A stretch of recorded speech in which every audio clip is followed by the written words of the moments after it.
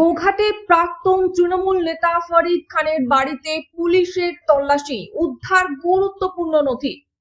হুগলির গোঘাটের এক সময়ের প্রভাবশালী তৃণমূল নেতা ফরিদ খানের বাড়িতে রবিবার দীর্ঘক্ষণ তল্লাশি চালালো গোঘাট থানার পুলিশ। একাধিক পুলিশ কর্মী অভিযানে অংশ নেন। পুলিশ সূত্রে জানা যায়, কয়েকদিন আগে তোলাবাজি, জোরপূর্বক অর্থ আদায়, দাদাগিরি এবং আয়ের সঙ্গে অসামঞ্জস্যপূর্ণ সম্পত্তি অর্জনের অভিযোগে কলকাতা থেকে ফরিদ খানকে গ্রেপ্তার করা হয়। এরপর তদন্তের স্বার্থে তাকে সঙ্গে নিয়ে তার বাড়িতে তল্লাশি চালানো হয়।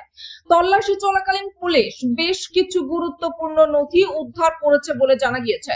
প্রাথমিক তদন্তে উদ্ধার হওয়া কিছু নথি বেনামি বা ঘোষিত আয়ের সঙ্গে অসামঞ্জস্যপূর্ণ সম্পত্তি সংক্রান্ত হতে পারে বলে তদন্তকারীদের অনুমান।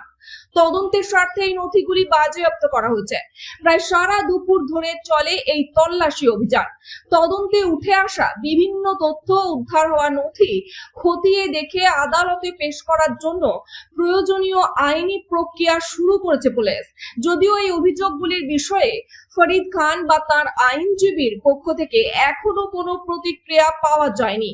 তদন্ত শেষ না হওয়া পর্যন্ত অভিযোগগুলি প্রমাণিত নয়।